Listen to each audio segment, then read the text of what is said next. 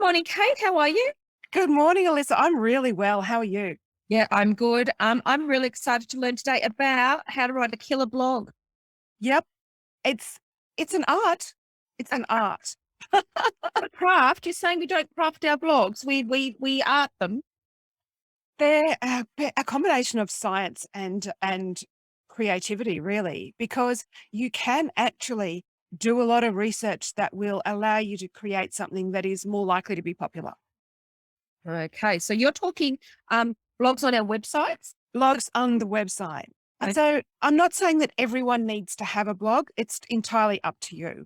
And how often you blog is also up to you. So there's all sorts of rhymes and reasons about why you would do weekly or whatever. But a lot of the time it does come down, let's face it, to your resources. Who's going to be doing the writing, how often it's going to be done, whether you're going to commit to doing it weekly or monthly or erratically or whatever you're going to do. Not really going to get into a lot of that because part of that, like I say, it's resources and you've got to just start and make a start with a lot of this stuff. But the fact is, a blog, like anything else, it it can build your business. It can build affinity with your audience, so a real bond with your audience, and it can help you sell products or services without being necessarily salesy. So it can be a powerful thing, but like a lot of things in marketing, we have good blogs and we have very ordinary blogs. And So we know if we're doing good ones or ordinary ones, besides hassling our webmasters for statistics. so I guess apart from looking at the analytics, are your audience coming in and saying, hey, I read your blog on this and it was really good? So that's another indicator. Are you getting any sort of feedback on social media or in person, that kind of thing? But basically, if you are writing a blog, obviously we need to be doing some sort of marketing with it. Like we need to be going, okay, posting it on social media at least once. And if it's evergreen, a lot of the topics in this space for a laser clinic is evergreen. It What doesn't does change. evergreen mean? Oh, So sorry. evergreen, yeah. So evergreen is that it's not necessarily going to change. What you published last year is likely to still be useful to people this year, next year, the year after. Some industries, So a blog about a special that's, limited to, the next month isn't evergreen, but maybe something that you write on why you shouldn't get a tan before you have hair reduction. That would be that sort of evergreen. thing. Okay. Exactly. Yeah. So how to prepare for hair reduction and post hair reduction, strategies and that kind of thing. That's evergreen because we know that lasers are changing all the time, but they're not changing that much. And you don't change the laser equipment in your office and your processes and practices every month. So what you put out last month or last year is often, you might tweak it and republish it, but it's evergreen pretty well. And Kate, Right. when I've retweaked and republished blogs, my Mm. webmaster told me not to disconnect one, but to copy it and do a whole new one, but tweak it. Otherwise, you lose some of the momentum from your previous blog. Is that true? Yeah, I don't usually republish them in the sense of, and look, I'm not SEO expert, but what I usually do is republish them in that I just go into the back end and go, okay, set the publication date for today when it was previously published. So it just looks more up to date. And then on the website, it comes up in date order ahead of the others. So it's basically the same thing with a different date. I'm assuming that's going to satisfy someone's, the SEO person's requirement that you keep the good juice there rather than publishing a new version of it. And that's why sometimes when you see a blog online, I was looking at one yesterday on something on Power Words, and it said updated. So it said or no, it was about something else, but it was about updated for 2022. So it was some information and the same blog had just been tweaked to update the information. So you could even do things like a blog that is about a special, and then it may have some other useful information in there. And then at the end of the month, you just sort of tweak it to take out the stuff about the special that's finished. And then it turns into an evergreen piece. Greenpeace, wonderful. And how do you decide what you're gonna talk about? Well, the main thing is to know what your people want. I mean, this is the key to any great marketing, right? So it comes down to we we need to tell people what they want to hear. We need to do some research. So we need to know who our customers are, what they want to know about. So this is the key thing, because we're all inundated with so much information these days. We are vying for competition for people's attention. And so we need to make sure that at least the topic is of interest to them. So clearly, as a clinic owner, there's a lot of stuff that people are interested in. They are interested in how, tell me about the process for hair removal if I've never done it. How do I prepare for it? How effective are these laser fat reduction things really? How effective are the muscle building ones, like the body sculpting? Is that really effective? Is it really just something that's going to look good for 5 minutes? Where's my money going? What's the value of it? How often do I have to come in? If I'm getting a tattoo removed, is it a one and done? Heaps of topics. Is it a good place to start? You said, how do I, what happens? Is it, does it good if you do questions as part of, like, as your blog or as your blog heading? Yeah. So we'll get to that. So the main thing is to know what people want, and then to be able to try and read their thoughts. So if we can create an empathic opening in the beginning, which is about understanding that we know what the problem is. For example, if I was doing something on how to stay hair-free all summer without lifting a razor, then I would do something like an empathic opening around frustrating, isn't it? Shaving your legs every single day, or not being able to go to the swimming pool at the drop of a hat, or go for a swim at the drop of a hat because you need to spend 15 minutes wrestling with your bikini line. Like, this is a lifestyle issue. No one wants to deal particularly with bikini line rash the day after you've done hair removal. What if you didn't need to do that? What if you could just go, hey, yes, I'm ready to go for a swim. I just need to grab my swimmers. Mm. Not have to worry, is something going to peek out? When was the last time I did this? So you can see that's a kind of empathic opening. And then we've also intensified their troubles. We've kind of got in and niggled around about, yeah, it really is a problem. And I hate that shaver rash thing. And then if I swim today and I've shaved, then tomorrow I can't swim because I've got these red bumps everywhere and I'm itchy and I'm going to be scratching my groin all day. There's people listening to this today that can relate to that completely. I was in this camp before I got my own bikini line. What is it? So, I mean, a lot of us, this is the other great thing, being a clinic owner, we know a lot of this stuff we've been through ourselves. And if we haven't, we hear it from our audience. We hear it from our customers. So it should be reasonably easy to go, okay, what are people telling me? What are they asking me? What do they tell me about the problems and what brought them in here? And then the other thing is to create surprising solutions. So because we are competing for attention, when we craft a blog, we need a headline, and it's a good idea to have even a couple of subheadings. The reason is we want to be able to break it up. We know there's a lot of content online. The way that we get people to read things is to make it easy. And the way to make it easy to read something is not to present them with a wall of text. So there's a few different rules when it comes to writing online than what we were taught at school. We were taught one idea per paragraph, whereas writing online, you really need no more than 2 sentences per paragraph, sometimes 1 sentence, just because it breaks it up and makes it easier to My English teacher would be rolling in his grave.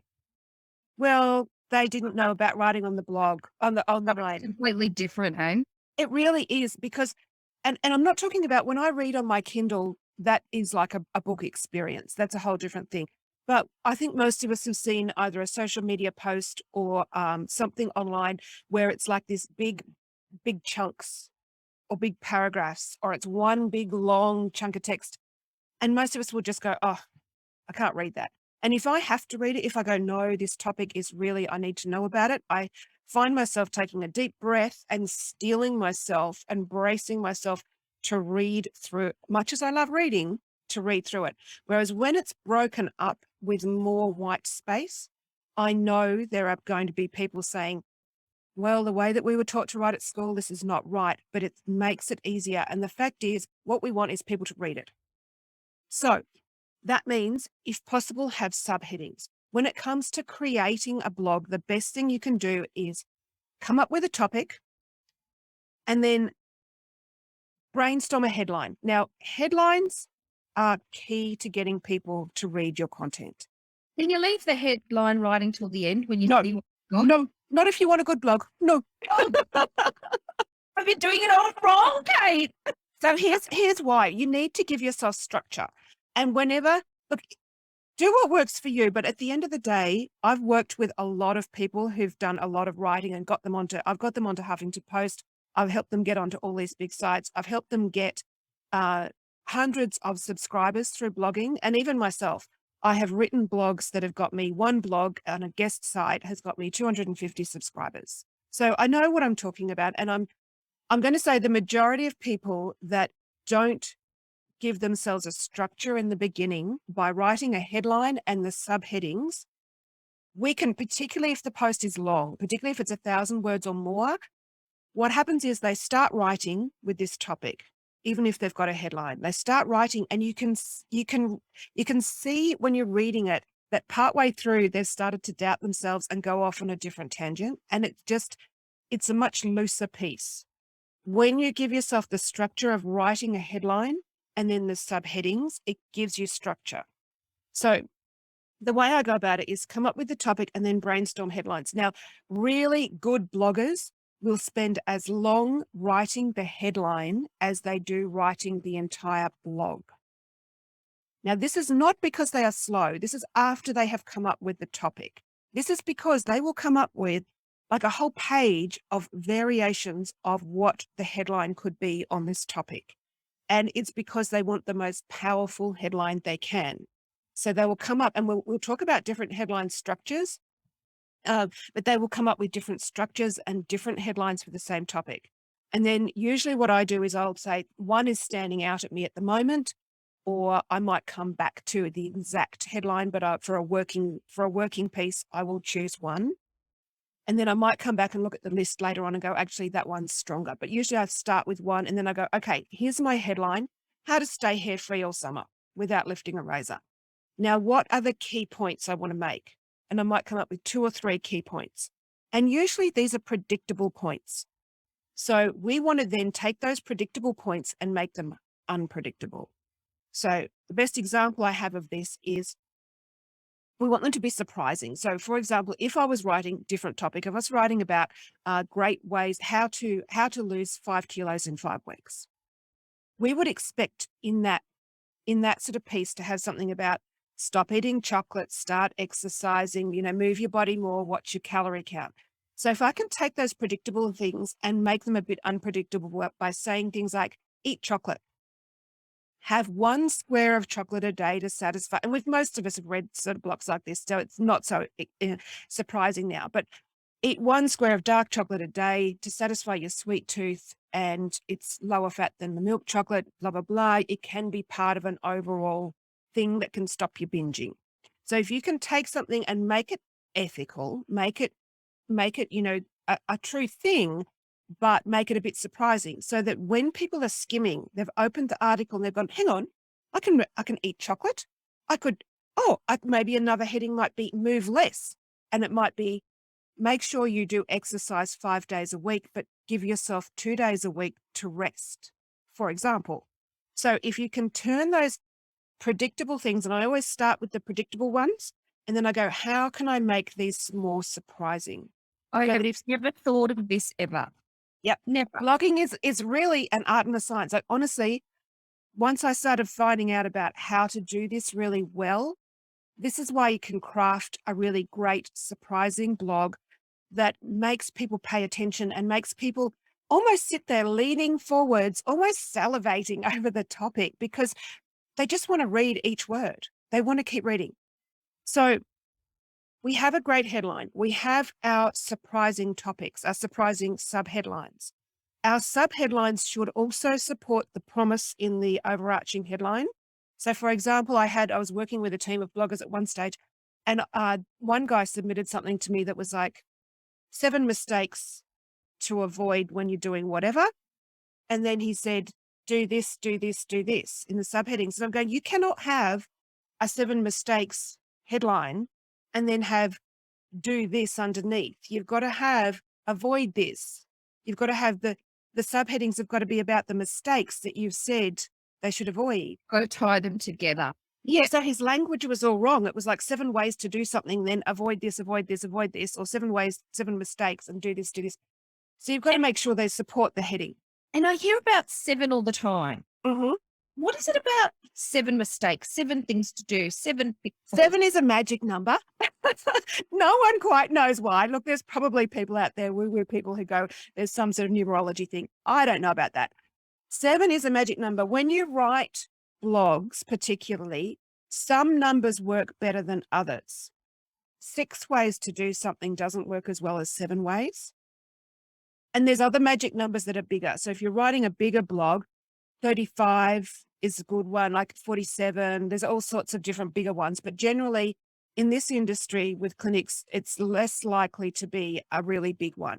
So when you're doing like a roundup post, for example, with Bravura, what we could do is we could go, okay, we really want to get some attention in the industry. We're going to write a massive blog on 35 industry experts tell you the best way to do whatever.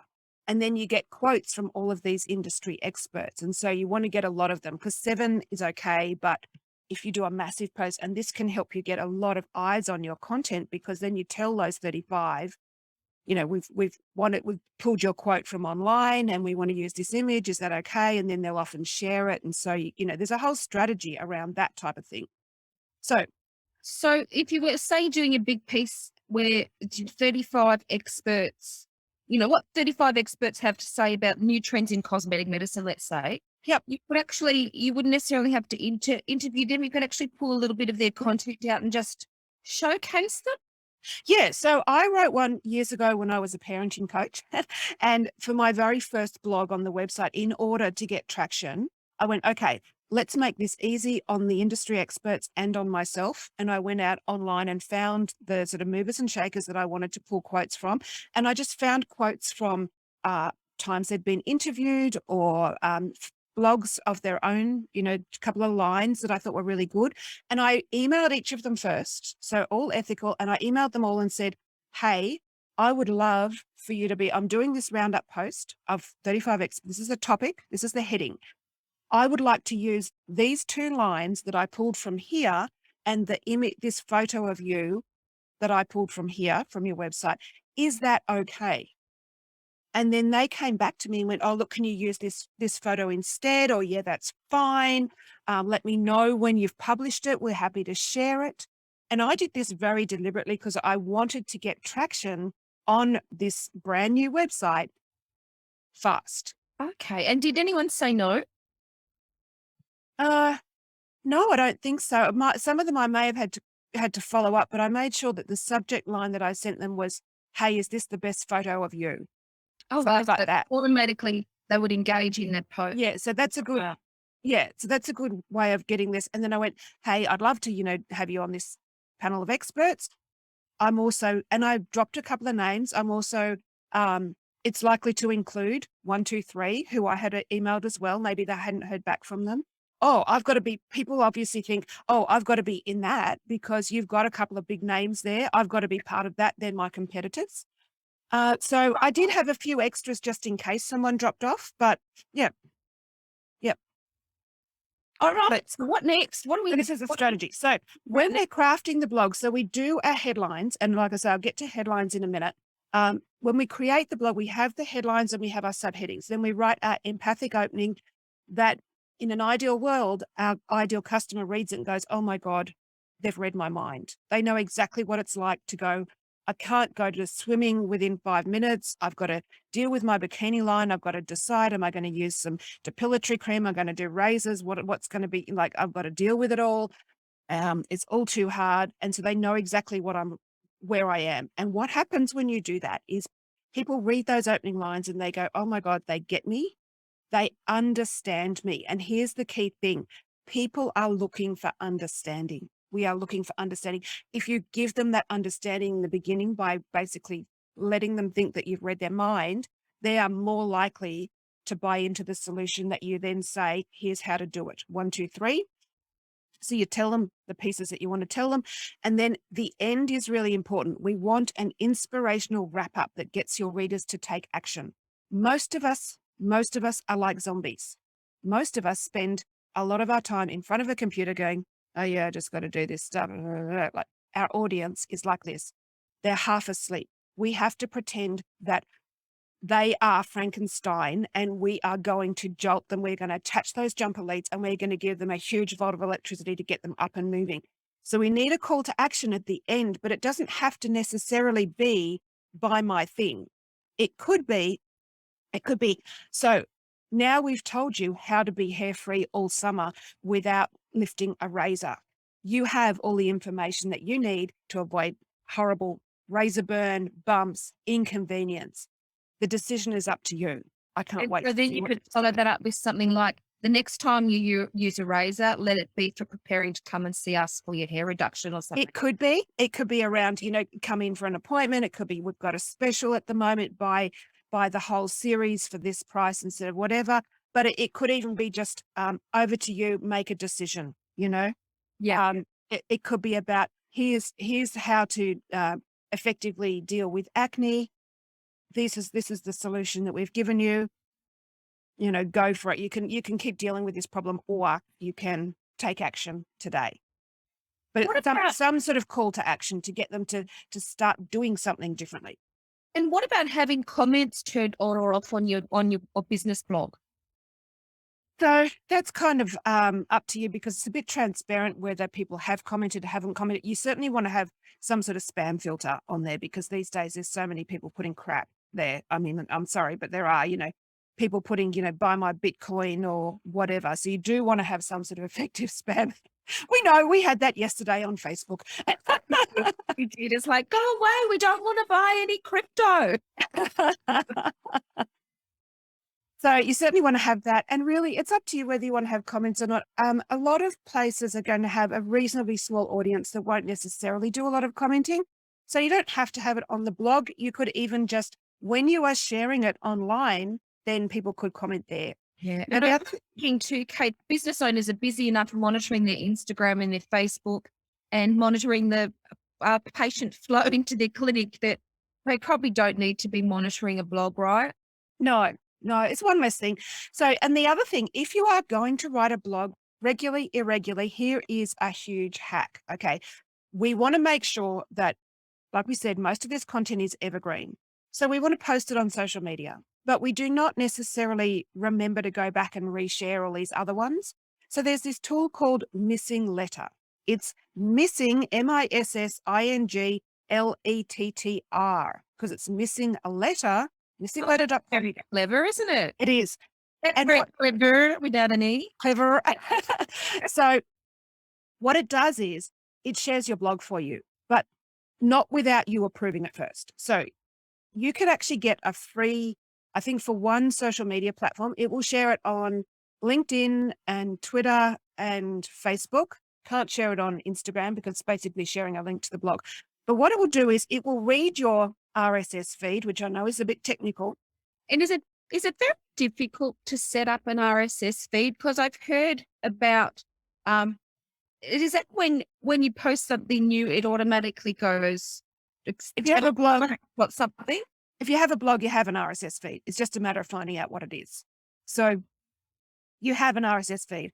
And I mean, you can even just Google, how do I find my RSS feed? And, you can work it out. That's the most technical part of it. With Missing Letter, you just go, okay, here's here's how they just walk you through hooking it up to your Facebook or your Twitter or LinkedIn. Now, it won't republish the whole blog on LinkedIn the way you publish a LinkedIn blog. It'll do a post. So what it does is it senses as soon as a new blog has gone live, and it will send you an email. Hey, Alyssa, we've seen that you've just published this post and we've created a 12-month campaign for you. Nothing goes out until you've reviewed it. And what it does, it scrapes the blog and it finds like key phrases. It finds the images, any images you've put in there. And so it finds all of those and it creates a 12-month campaign. And from memory, it's something like day 1, day 3, day 5, day 30, day 90, day 180. So it's more frequent in the beginning. Now, you can't predict exactly. I mean, you have some control over, which days you can make it day 7, whatever. But you can't say, oh, day 180, I want that to go out at 9 a.m. on the 23rd of December. You can't. It's not. So it's not a whole, it will have to go in conjunction with whatever other social media. And it's kind of a little bit unpredictable in that sense, in that you can't sort of see it on a calendar. If you've got a blog every week, obviously it's going to send out, more at the beginning, but it does keep your blog live. So it creates a whole about 7 different posts to do over 12 months. And all you do is you log in and you go, oh, that's the quote they've pulled. That's the image. Yep, that's fine. That's fine. That's fine. Or you tweak it and then you go for it. I'm all for automation. There's so much to do, isn't there? Yep. So even if your blog went out last week and you haven't got around to looking at it, it will consider, I think, the day that you approve it to be day 1.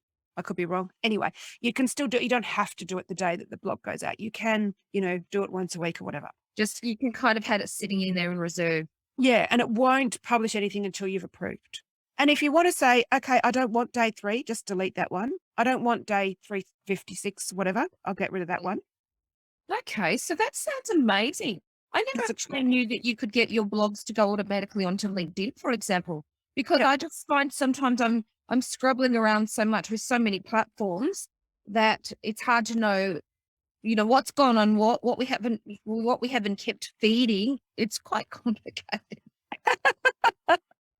Yeah, so this is a handy one that can just keep ticking over in the background. And usually when I'm doing social media for people, I will create, say, 3 posts a week that might be Monday, Wednesday, Friday at 9 a.m. And that's the consistency. And then if they've got Missing Letter set up, that just kind of comes out around as an extra. And, I don't try to, sometimes that means we get 2 posts in a day on Facebook, but it's just, I just let that do its own thing as a bit of an ad hoc thing in the background. So, yeah, so that's really cool. So you've gone through your topic, how to break it up, how we should be structuring that. You said you'd come back to headlines. Is this the Yep. right place to ask you about headlines? Yep. Well, just give me 1 second. The other thing that you can do where you've got Missing Letter that automates, there is a thing called, I think it's called Lumen 5, and it will create a video of your blog. Now, It- that was going to be one of my questions. One of my questions was going to be, oh, I actually haven't thought about video, but I thought about audio. So Yep. what was the name of that and what does it do? Lumen 5. So what it does, it reads your RSS feed and it goes and it creates with stock images, stock video and images, it creates kind of a little video that might have a photograph with text, some text across the bottom, or a stock video. And so again, it creates it and it will allow you to go in and say, okay, I want this, or I want to change these elements. It takes a little bit, I haven't used it for a few years, but it does take a little bit longer to get that sorted out than the 12 months of posting. So it was a bit imperfect. There's probably others that do it, but Lumen 5 was the one that I used a long time ago. So that's kind of handy. It's another way of promoting the blog. So you could put that blog up as a video rather than as a read. Is that what? Yeah. Or it could be the highlights of the blogs, the key, particularly if you have really long ones. Like if you have a 2,000 word post, it could almost be the subheadings and things like that, or just the highlights. And then you could put a link in to say, read the whole thing here. So And your organic SEO increases if you've got videos on your website too, doesn't it? yeah, so you could put the video on that page, but you could just use the video on social media. Depends how you want to use it. So yeah, headline hacks. There's a formula for creating a captivating headline. Now, and there are some shortcuts. You can either learn how to do it properly.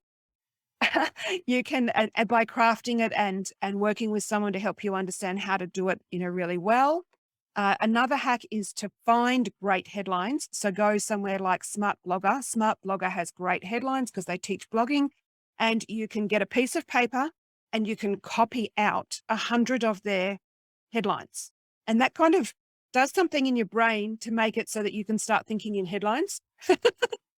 But you need to copy it out by hand and not type it out. Why? It's just a thing, and I think it just takes a bit longer. Now, So if you want to become a great headline writer, you can do that.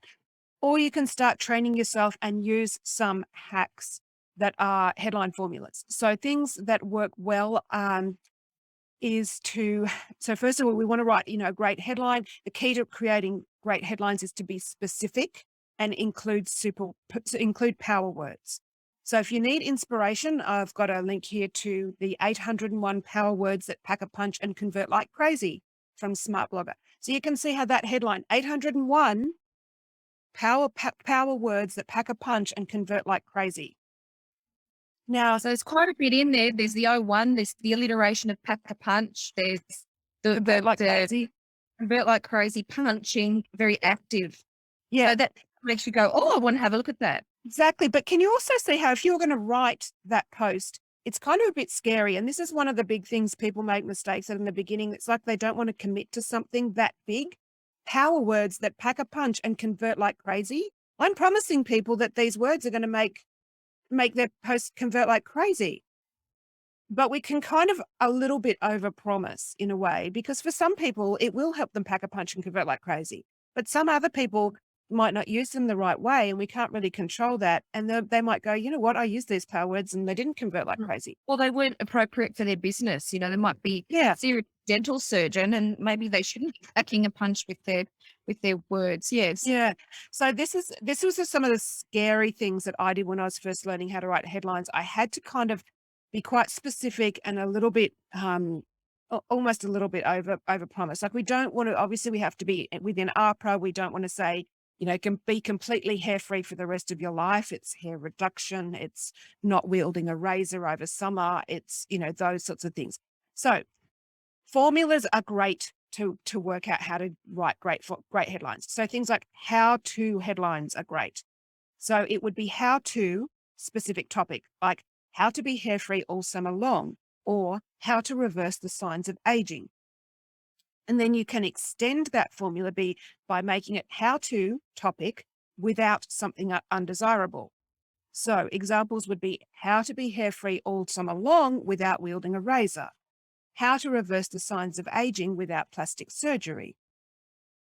So you can see how that follows the formula of how to do something without something undesirable. How to deal with acne and without having to pop another pimple or something like How to navigate state regulation around lasers without your hair falling out from the stress. Exactly. Yeah. And so it can be without something stressful, without stress. Yeah. Then you can do numeric headlines. So often 7 is a good way of doing that. Try to go for 7. Look, obviously, if you've really only got 5, try 5. We don't want to pad things out too much and make it like 2 really thin ones. We don't do even numbers either, are we? No, for some reason, uneven numbers. Even when you do bullet points of something, you always go for 3 or 5 or 7. You don't go for even numbers. They just work better. So numeric headlines, 7 ways is always good. 7 ways to achieve something specific. So 7 ways to avoid wrinkles, 7 ways to brighten your skin, that kind of thing. 7 ways to look 10 years younger. You can again make that more specific by going 7 ways to look 10 years younger within a week, that kind of thing. Now, positive headlines are usually, whenever I've written them, positive headlines do better than negative headlines. So what I mean by that is 7 ways to avoid wrinkles is likely to be more popular than 7 mistakes to avoid if you want to look younger. 7 ways to brighten your skin is likely to do better than 7 mistakes to avoid if you want to look great or want to brighten your skin. So going for positive, mistake headlines, you can try them from time to time, but every time I've tried mistake headlines, like 7 mistakes to avoid, those negative headlines, they tend not to do as well. Okay. Oh, I didn't know that.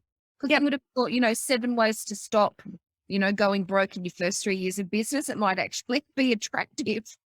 Yeah, there are exceptions to every rule. So obviously, there's so many variables there. That could easily be a good one. But if you had 7 ways to avoid going broke in your first year of business, or you had 7 ways to create a successful business within the first 12 months. So you do Like, different spin. I get it. Yeah. It. So often if you think of 7 mistakes, you can, when you're brainstorming your headlines, and like I say, good bloggers, this floored me in the beginning, but good bloggers spend as long crafting their headline as they do writing the 2,000 word post. Okay. And they don't just write the 2,000 word post. Like, they'll write the 2,000 word post, but then there will be editing and refining and going back and making sure that things are structurally sound as well as sound from a copy perspective. So by structurally sound, this is probably getting a bit technical, but structurally sound posts will, when you look at them, the subheadlines support the promise in the overarching headline. The subheadings are usually structurally similar. So they might be, that means things like they will be similar in length. They might be, say, 5 to 7 words. You don't want the language, for example. yeah. So you don't want, if you've got 5 subheadings, for example, you don't want 4 of them to be 5 to 7 words long and then one that's 10 words long. It just sticks out too much. So you want them to be similar length. If you don't want 4 of them to be starting with a verb and one starting with a noun. So you want them sort of to be fairly structurally similar, but these are refinements that we make after we have done a topic. I mean, this is the process. We get the topic, and then we brainstorm the headlines, and we put in the predicted subheadings or predicted points, and then we make them as surprising as we can. And then we write the piece with the empathic opening, and then the sections under each of those subheadings, and then a good wrap up. And then when we're doing our refining, then we don't need to think about all of this stuff in the beginning. I've written a subheading and now I've got 1 with a verb and 2 with nouns. Like, think about that all later. That's all part of editing things. And then the other thing that is really a great help is, of course, Grammarly, the Grammarly plugin, because whether you're I love that. And it tells you what your, not only does it do your spelling and your sentence structure, but it has a little emoji that tells you whether you sound academic or benign or happy, sad, yeah, tone right. Yeah, exactly. And while even if you've done a draft in Word and you're dropping it into the back end of WordPress, it will spell and grammar check it there. And it's not just spelling, like you say, it's grammar. So it always corrects me when I say things like, here's 5 ways to, and it tells me, no, it's meant to be, here are 5 ways. So that's one of my little mistakes that I make. And so it picks, and I didn't learn grammar at school. I was part of that cohort of kids that we don't need to teach them what a verb and a noun and a gerund and things are. So I don't really, know a lot of the technical side of copy editing, which is those, where does the apostrophe go? Should this be a gerund? I don't even know what a gerund is. So I've had to learn about parallel structure and all of those sorts of things. So, but Grammarly will help make it easy. And that's one of the reasons why I rely on Grammarly.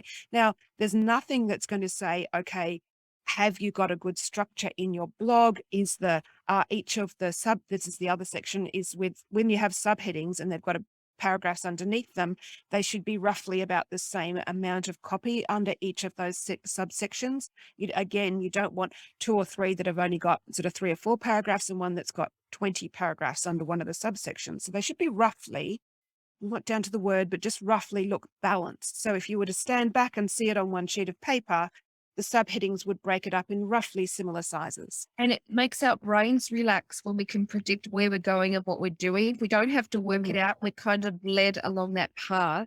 Makes it much easier for our overloaded brain. Yes, exactly. And if you want to hook someone in the beginning, once you've got a really good headline, one of the first lines in your blog that will help hook people to come in after they've read that headline is to ask them a question. Things like, frustrating, isn't it? What's frustrating? They're thinking, what's frustrating? Frustrating, isn't it? When your friends descend on you and at short notice and ask if you want to go to the pool with them, and you suddenly realize it's been 3 weeks since you've done your bikini line. So it's that question about annoying, isn't it? What's annoying? Waking up in the morning and running your hands over your face and realizing that 3 more pimples have broken out overnight while you were being fast asleep. So having a question in that very beginning can be a really good way of pulling people in. And this is one of the ways that we help to pull people in, is to have questions and to use a blend of short sentences and longer sentences. So often when we're rereading things, like dump the post down, get the post out. Once you've done the headline and the subheadings, write the whole thing. But then when you get to come back and edit it, we want to look for, power sentences and things that are like a bit of a short sentence here or a bit of empathy there. This is where we can add to that enticement and sort of craft a little bit of um, curiosity and things within the post. And so you can't overestimate that real personal connection, can you? Even though we're going business to consumer, we've got to really get across in a few words that we totally get what they're talking about. Like, Yeah. and we Yeah. can help you with that. We're going to look after you when we Yeah. And different posts are crafted, like a really great expert blogger will craft different posts for different purposes. They will say, for example, we haven't done an affinity post for a while to really bond our audience. We need something that's just going to be about bonding our community and getting them to feel good. Or we've got a sale coming up. We need to do some posts that are going to be geared up to support the sale. Or so different posts have different purposes. And so there's about, I think I saw a presentation on 7 different purposes for your blog, and I can't remember all 7 of them. That's all right. You'll forgive it But around that. I mean, this is another mind blown thing for me. Is like, oh, there's so many different purposes of a blog. Is it? It might be to promote sharing on social media. It might be to provoke comments and find out which side of the fence your audience sits on this particular issue, to provoke that sort of discussion. So there's all sorts of purposes to it. But I mean, at the end of the day, most of the time when you're running a clinic, you're busy, you really just want to be able to put something out there that's going to create an audience or build some affinity with the audience. So having that empathy is really one of the key things, that empathy in the beginning, so that they understand, oh my God, she read my mind. Really. There anything that's off limits that we shouldn't be doing? Like any topics that we shouldn't touch? I think it's more about just how you frame them and whether you know that your audience, is this going to be too divisive for your audience? Do you want to provoke your audience that much? So it's really a question of what is your brand? Is this in line with your brand and your philosophy? And, your brand is the personality of your business. So does it fit with that? Or is it really well outside your business personality? Yeah, and I guess some brands are very conservative, others are very playful, others are, have a political sway. There's Yeah, different ways you can come at it, isn't there? there are. So yeah, so some brands are more provocative and some, yeah, like you say, are more playful. Some have a great sense of humor. I remember talking to a dentist a few years ago that I was working with, and she just kept saying to me, Kate, you keep saying we should have a sense of humor, but we're not funny. And I never had a funny dentist. I've never been the dentist. She said, we're caring. We're not funny. We're caring. If we put stuff out on social media or blogs out that are too humorous or too funny or too light, people are going to say, that's not you. I read that stuff and it's not you. Not you. We're Yeah. caring. We're deeply caring. So they prioritize caring. Don't get me wrong. I'm sure they were lovely people. They're bound to have a sense of humor in there somewhere, but it's just It wasn't part of what they did in their profession. their higher priorities were caring and supporting and nurturing. So yeah, it's about, well, what is in line with your business, and what time of year is it, and what are my audience thinking and feeling at the moment? I mean, we know this time of year in winter, we're often a bit quieter in the clinics. So we could be starting to plan for some of these things, and we could be starting to plant the seed of how are you going to deal with being hairy in summer. If you come in now, we can offer you a special deal. You can make sure that by the time summer hits, you won't have to lift a razor or deal with any depilatory cream or wax or any of those things. You won't have to deal with ingrown hairs again. Won't that be great? Something I love about when I go to a website and I see an up-to-date blog is there's a real freshness to the business. I think there's nothing worse than going to somebody's website and their last blog was February 2015. What sort of message does that give to your audience if you've got old stuff just sitting there? Well, one thing is you don't have to have the dates in there. So you can take the dates out if you don't want people to know, if you don't want to be that transparent. So that's fine. Sometimes it's also apparent to me when I see that the blogs are older, but they have shifted and they now have a podcast, or they have shifted and they're now doing some other form of communication. So although their blogs are older, they're still sitting there, but they have a different sort of And have a way of different means of communicating. Okay.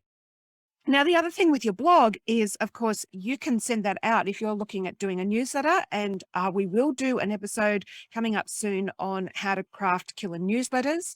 So, but if you're doing a newsletter, your blog can become your newsletter in terms of sending out something up to update your audience. Your audience. So you've talked about social media, LinkedIn, blogs, and now a newsletter. So we're actually repurposing our information. So not having to have something different all the time for everybody. That's Yeah. very sensible to me.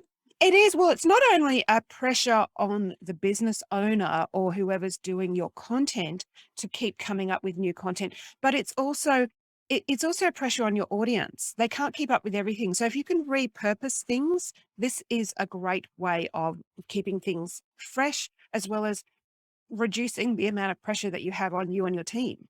So if you can have a blog that's published and you go, oh, I don't know what I'm going to post today on social media, go back and look at an old post and grab a snippet of it and put it on an image, or put a snippet of the post as the caption and then put an image that's relevant to you and your audience.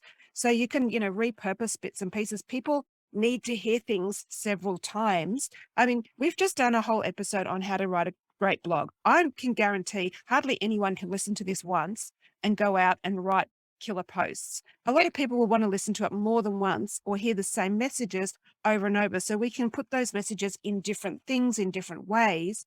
If we say them in different ways, then people will go, oh, I get it this time. When they say it like that, I get it. yeah, now that I think about it, they've said it 3 times. I've heard that from them before. Yeah. Now I finally understand Heard it. it from somebody else, and now it's like, oh, that's what they mean. Yes, or I'm finally ready to take action now. I've been looking at that, and now I really have had the first day of summer, and I've had that razor rash, and now I am going out. Now I'm totally sick of having ingrown hairs. I'm going to go out and get this. Community. Now you talked a little bit about visuals, about getting your images. What images work and don't work? Do people want to see ugly, hairy legs? Do they want to see beautiful people? Do they want to see stuff from your clinic? Do they want to see, airbrush models? How do you decide what you're going to use? Yeah, so there are 3 different categories of images, and this is relevant in social media as well. And so the categories are sex, which is attractive images, not so much hairy legs, but attractive people. Relevance, which is if you're talking about being hair free, you might show pictures of hair free people or people with smooth legs, whatever. Obviously, we're not going to show bikini lines. And then there's disruption, which is things that you don't expect to see in your news feed. Now, anything that you can get that might cover 2 or 3 of those categories is going to do better than anything that just covers one. But certainly relevance. So if we're talking about being hair-free in summer, then having an aspirational image, whether it's you of your team, but often I would go for something that is maybe someone in a bathing suit or someone in a summery looking outfit, looking happy and hair-free. So when I've been doing blogs for orthodontists, we want pictures of kids with braces who look happy and healthy and attractive because it's relevant, and it's sex because they're attractive kids. If they're doing something, if there's some sort of movement in the image, then that often gets something in the disruption category. If there can be something that is around, oh, I didn't expect to see that. Maybe it's a facial expression, maybe there's a movement, maybe it's Maybe someone, it's a frog that's got braces. that sort of thing. So yeah, so anything that is, but relevance is certainly the key thing, and most people get that. And if it's an image that can kind of stop people and get them to go, oh, what's that? If it can add that level of curiosity. So it depends a bit on your brand, whether you want to do stock images or whether you want to go just with images of yourself or your team. But certainly images of your team is a great way to go. So that's just another way of getting pictures of you and your team out there. And it builds trust when you get Yeah. pictures of you out there. And- So when you come into the clinic, they feel like they already have met you and know you, which is kind of nice. Yeah. And you can also put more than one image. Like often we're only doing, say, 600 or 700 words with these sorts of blogs, but you can still break up the blog with 2 images in there. So you could have your key image with the top and the feature image, but then when people open up the blog, you can have a couple of other like, we don't want to make it too messy, but even 2 different images and with 3 subheadings with 700 words is a good way of helping to break it up. And then if you have got those images in there, and if you are using missing letter, it will help to use some of those images, different images, each time it pops out a different post. Fantastic, Kate. Well, I feel I could craft a killer blog now. And you know That's what? the idea.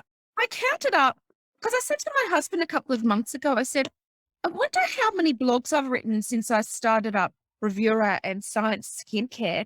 I've written 220 odd blogs in that time, but now I'm worried that I had no idea what I was doing.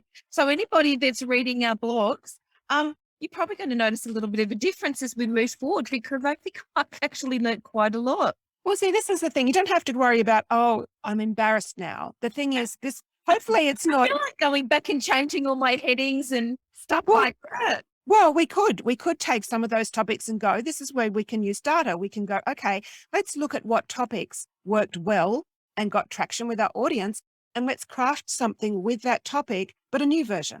Right. Yep. So, or you could republish, but then you have to deal with your SEO stuff and things. So why not leave the old one there and go, okay, we know that topic did well. Let's take that topic and create a new version. So hopefully we've inspired rather than overwhelmed. And this is a journey for everyone. I mean, we're all constantly getting better, no matter how much, even if you're a professional blogger and you're charging high dollars and you really know what you're doing, it's a constantly evolving thing. You're constantly getting better this week than you were last week. So Well, practice is the only way to get perfect, isn't it?